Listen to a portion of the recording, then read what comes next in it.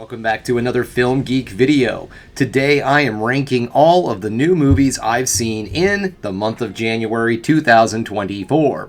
This month has been kind of a weird month for me because the weather here in Kansas City has been crap. Just been absolute crap all month. It's starting to get a lot better now here at the end of January, but it's been really difficult for me to get out of the house on the weekends to go out and see movies in theaters. So most of the films I saw this month were all in streaming. Now, I did get out to the theaters twice, but what's really funny is one of the movies that I went and saw in theaters was a movie that was going to end up on streaming anyways. That was the Hulu original Self-Reliance. So I thought it was funny that one of the only two movies I saw in theaters this month was a streaming film. Yeah, go figure.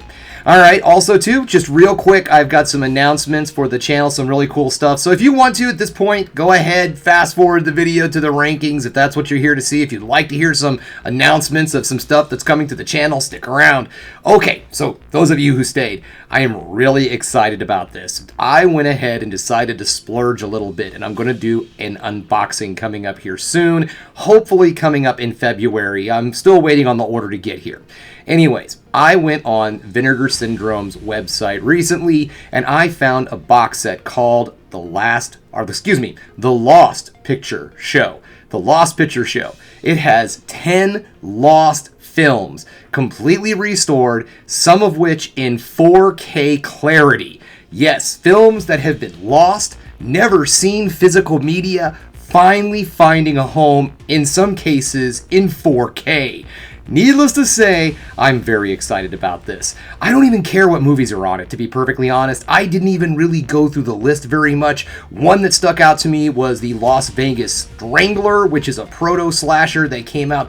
I think it actually predates Peeping Tom, but I'm not sure about that, to be perfectly honest. But that's on the list. I'm really excited about that. You know my love of slashers.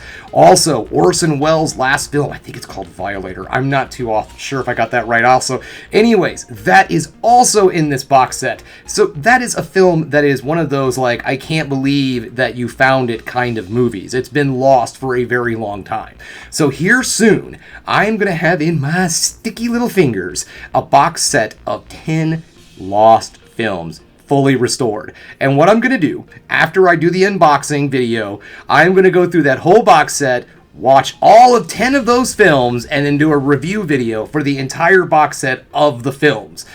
I'm excited. I really am. I am a big film nut. I love the idea of what Vinegar Syndrome is doing right now with their movies and finding all of these lost films, not just this box set, but Vinegar Syndrome is, they're like Arrow also, Arrow Video. They're another company that's really great about doing this. Scream Factory, Shout Factory, and all.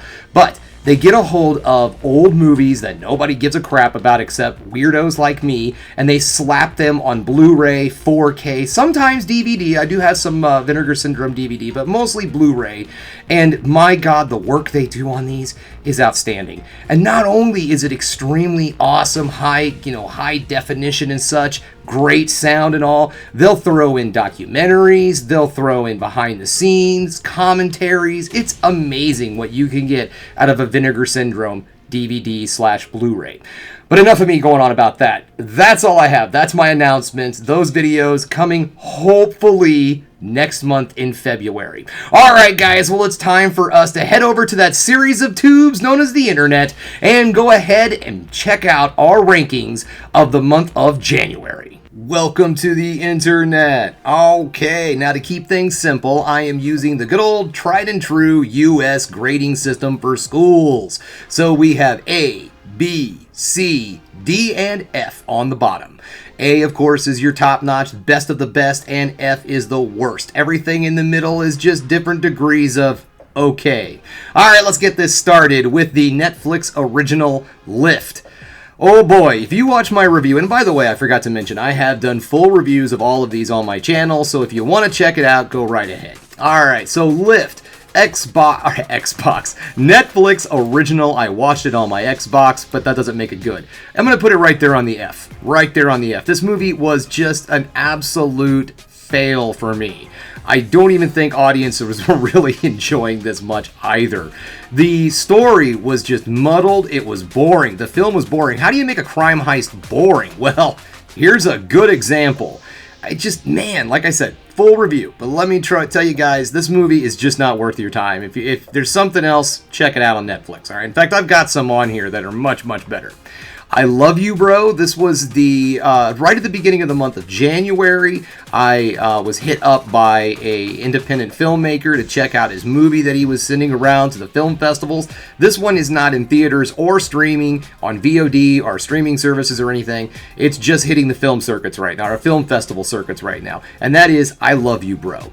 This was a fun movie, honestly. I mean, a lot of tender love and care went into this film. I think that they knocked out of the ballpark with what they were able to do.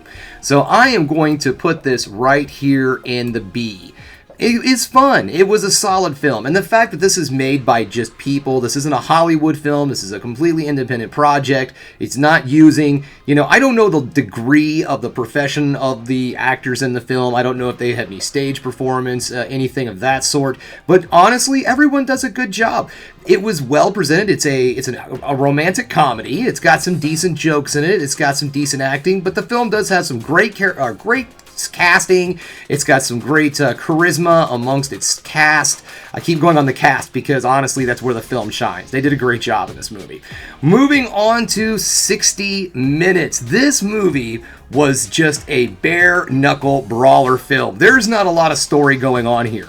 This film is literally a video game. If you just watch a video game and not play it, like you just are the dude on the couch watching your buddies go through it and you're like, come on man, pass me the controller, dude, I want to play. This is what the story is, all right? So the dude gets told that his ex-wife is going to take his rights away from his daughter if he can't make it to his ex-wife's house in 60 minutes.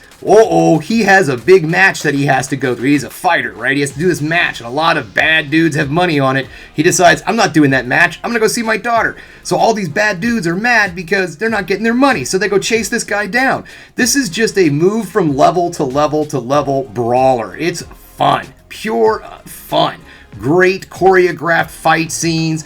Lots of just lots of action. This is a film for people who don't really care. They don't need all the character development. They don't need the hero's journey, all that good stuff. They just want to see some heads get knocked in. This is the movie for you. So 60 seconds. Honestly, I'm going to put this movie right here in B also because it was a blast. B for blast. Now that brings us to, I'm just going to go right ahead and put this up in A. That is Destroy All Neighbors. I had so much fun watching this movie. This was such a throwback to movies I absolutely loved back in the 80s. This film is a splatterfest, just gore, goofiness from beginning to end. It tells the story of a guy who is a prog metal musician. He's working on his magnum opus, and he just can't get it right. And wouldn't you know it, the world's worst neighbor moves in a couple of apartments down from him. This neighbor is always being real annoying and loud, and he can't concentrate on his work as he goes over there to confront the neighbor and accidentally kills the guy. And then, as I like to say on this channel, wackiness ensues. The film is so much fun. I had a blast with it. Alex Winter plays the bad guy. I guess you'd call him the bad guy. He's the neighbor who gets destroyed. So yes, A-class movie streaming on Shudder right now. If you are, now remember, this is my personal opinions. I didn't start the video with that, so I guess I should say it now. This is all my personal opinions, if you haven't figured that out. And this is, again, I love these movies. Reanimator, loved that film. It's one of my favorite movies, and this film falls right into that category. Okay, that brings me to a slasher. This is another one of the this is a VOD film that I got a screener for and got to check out, so thanks guys for that. I had a blast.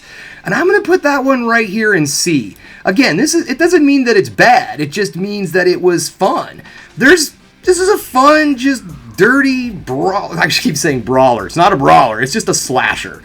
It is I wouldn't say it's a by the number slasher. They do try to change it up a little bit and have some fun and turn it on its head. Not a whole lot. It's still just a dude going around killing a bunch of people. But they have a lot of fun with the film. You can definitely tell that it's not taking itself 100% seriously. This is starring Jake Busey, and Jake Busey has a blast with the film. You can tell that he knows what's going on with this movie. He knows that he's in just a grindhouse style action-ish slasher film, and he's doing a great job. So yeah, it goes right there in the C class. I really enjoyed that movie. It was just fun. If you're a fan of slashers, because like I said, they are pushing the bill a little bit with slashers these days, trying some new things. This is more of a throwback to the old 90s slashers, and I had fun. All right, that brings us to Self-Reliance. Oh my God, I don't think I have laughed that hard. I'm going to say this right now. I haven't laughed that hard all year. Yeah, that's right. I haven't laughed as hard all year. Hey, slapping the old knee. Self-Reliance. You're going right there in A, buddy. I've had so much fun with that film. So this guy is approached by Andy Samberg. Yes, the actor, Andy Samberg. And he says, hey, want to get in my limo? I want to, let's go have a good time. So the dude's like, okay, let's go. He ends up getting involved in a reality show that shows on the dark web, and he's hunted down by assassins. Now the catch is that if he's with somebody, the assassins can't kill him. And then there's this whole thing about, what if this isn't really happening? Is this all in his head? Blah, blah, blah. The movie is so much fun, and I'm serious. I laughed insanely hard throughout this entire movie. It is so much fun. And this is the streaming film, too. So it's on Hulu right now. I did see it in theaters at the beginning of the month. It was just doing a special showing, so I went for it.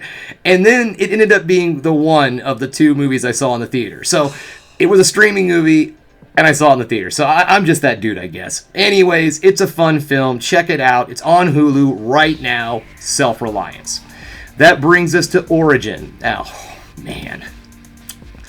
Ooh, boy. This one deals with some very heavy subjects. It's a really intense drama, and I really enjoyed it. It's going right here in the A class. I'm not going to go into too much details on this one because it is a very deep film. It's got a lot of stuff going on to it. It's the plot of the film is it's very deep. Let's put it that way. It's about an author writing a book and going into the different theories and origins of I guess racism, hatred, bigotry, and all of that. Like, where does this come from in our society? It's an interesting film. The acting is outstanding. Really enjoyed it. It's just a difficult watch. Not a bad movie. It's just something, it deals with some heavy subject matter, and people sometimes, they don't want to talk about it, But I think films like this need to happen because it gets us talking about things like I am right now. So it's time for me to move on to my next one, and that is The Kitchen. Okay, so I've got two deep ones right in a row. The Kitchen is a sci-fi film that's on Netflix right now. It's a dystopian future. It's about basically being priced out of your living environment. There's one last, I guess you could say, refuge for poor folk left in London. And the rich people are trying to take it over because the rich people want the land and they're tired of all the dirty poor people having it.